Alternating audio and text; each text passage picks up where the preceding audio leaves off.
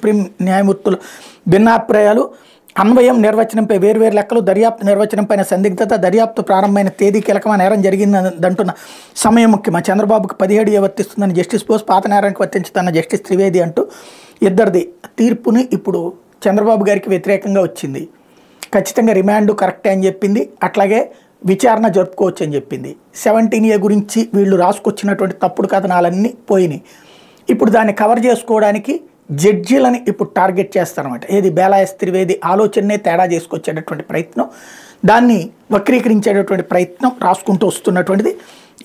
అంటే కింద పడ్డ పై చేయి మాదేనని ఒక విషయంలో స్పష్టంగా కోర్టు తీర్పిచ్చిన దానికి మనకు అనుగుణంగా రాలేదు కాబట్టి లేదు ఈ తీర్పే ఇచ్చినటువంటి న్యాయమూర్తులే తప్పుడు ఆలోచనతో చెప్పారనేటువంటి కోణం, లేకపోతే అన్వయించడంలో పొరపాటు అన్నటువంటి కోణాన్ని ప్రజల్ని వక్రీకరణతో కూడినటువంటి తమ వార్తల ద్వారా దృష్టి మళ్లించేందుకు చేస్తున్నటువంటి ఎత్తుగడ.